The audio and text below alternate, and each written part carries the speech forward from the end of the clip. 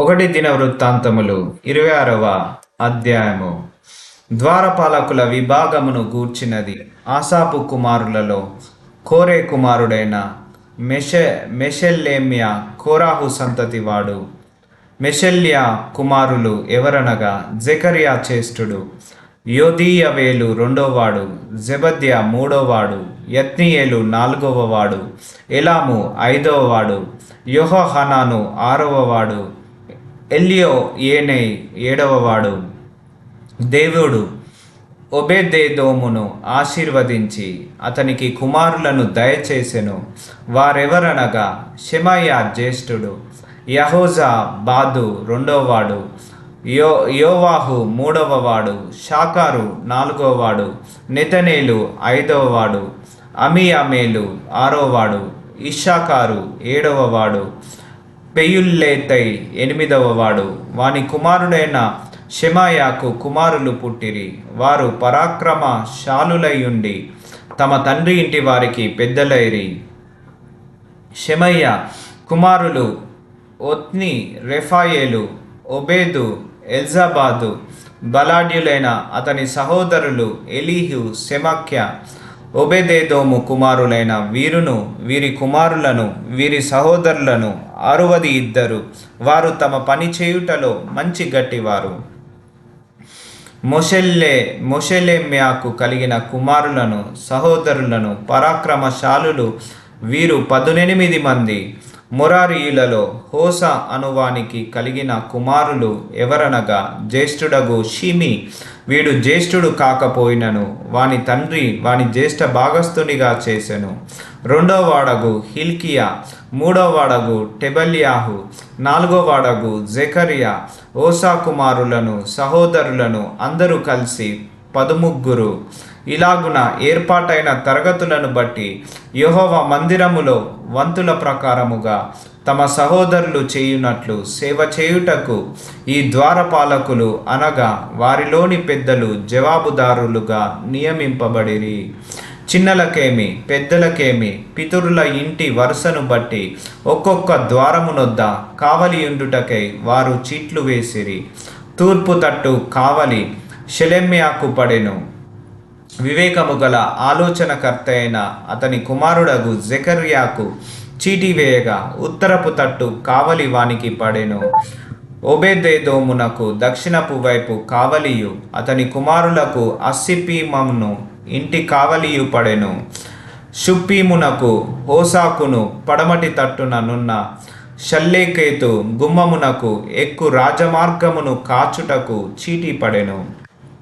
తూర్పున లేవీయులైన 6, ఉత్తరమున దినమునకు 4, దక్షిణమున దినమునకు 4, అస్సీపీమునొద్ద 2, బయట ద్వారమునొద్దను పడమరగా ఎక్కిపోవు రాజమార్గమునొద్దకు 4, వెలుపటి త్రోవయందు 2 ఏర్పాటైరి. కోరే సంతతి వారిలోను మొరారీయులలోను ద్వారము కనిపెట్టు వారికి ఇలాగు వంతులాయెను. కడకు లేవీయులలో ఆహియా అనువాడు దేవుని మందిరపు బొక్కసమును ప్రతిష్ఠితములగు వస్తువుల బొక్కసములను కాచువాడుగా నియమింపబడెను. లద్దాను కుమారులను గూర్చి నది. గెర్షోనీయుడైన లద్దాను కుమారులు అనగా గెర్షోనీయులై తమ పితరుల ఇండ్లకు పెద్దలై ఉన్న వారిని గూర్చినది.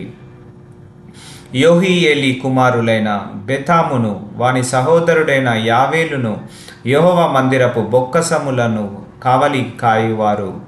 అమ్రామీయులు, ఇస్సారీయులు, హెబ్రోనీయులు, ఉజ్జియేలీయులు అని వారిని గూర్చినది. మోషే కుమారుడైన గెర్షోమునకు పుట్టిన షెబూయేలు బొక్కసము మీద ప్రధానిగా నియమింపబడెను.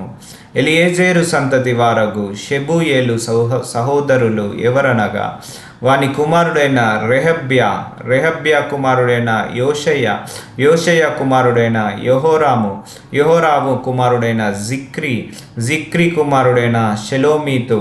యెహోవా మందిరము ఘనముగా కట్టించుటకై రాజైన దావీదును పితరుల ఇంటి పెద్దలను సహస్రాధిపతులను శతాధిపతులను సైన్యాధిపతులను యుద్ధములలో పట్టుకొని ప్రతిష్ఠించిన కొల్ల సొమ్ము ఉన్న బొక్కసములకు షెలోమీతుకును వాని సహోదరులకును కావలి కాయువారైరి. దీర్ఘదర్శి సమూయేలును, కీషు కుమారుడైన సౌలును, నేరు కుమారుడైన అబ్నేరును, సెరూయా కుమారుడైన యోవాబును ప్రతిష్ఠించిన సొమ్మంతయు షెలోమీతు చేతి కిందను వాని సహోదరుల చేతి కిందను ఉంచబడెను. ఇస్సారీయులను గూర్చి నది వారిలో కెనన్యాయును వాని కుమారులను బయటి పని జరిగించుటకై ఇజ్రాయేలీలకు లేఖీకులుగాను న్యాయాధిపతులుగాను నియమింపబడిరి. హెబ్రోనీయులను గూర్చినది అషబ్యాయును వాని సహోదరులను పరాక్రమశాలులను 1700 సంఖ్య గల వారు యొర్దాను ఈవల పడమటి వైపున నుండు ఇజ్రాయేలీల మీద యెహోవా సేవను గూర్చిన వాటన్నిటి విషయములలోను రాజు నియమించిన పని విషయములలోను పై విచారణకర్తలుగా నియమింపబడిరి. హెబ్రోనీయులను గూర్చినది హెబ్రోనీయుల పితరుల ఇంటి పెద్దలకందరికి యోరియా పెద్దయాయెను.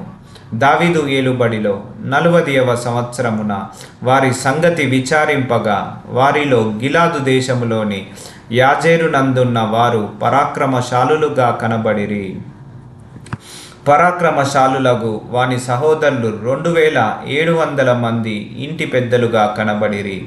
దావీదు రాజు దేవుని సంబంధమైన కార్యముల విషయంలోను రాజకార్యముల విషయంలోను రూబేనీయుల మీదను గాదీయుల మీదను మనష్షే అర్ధగోత్రపు వారి మీదను వారిని నియమించెను.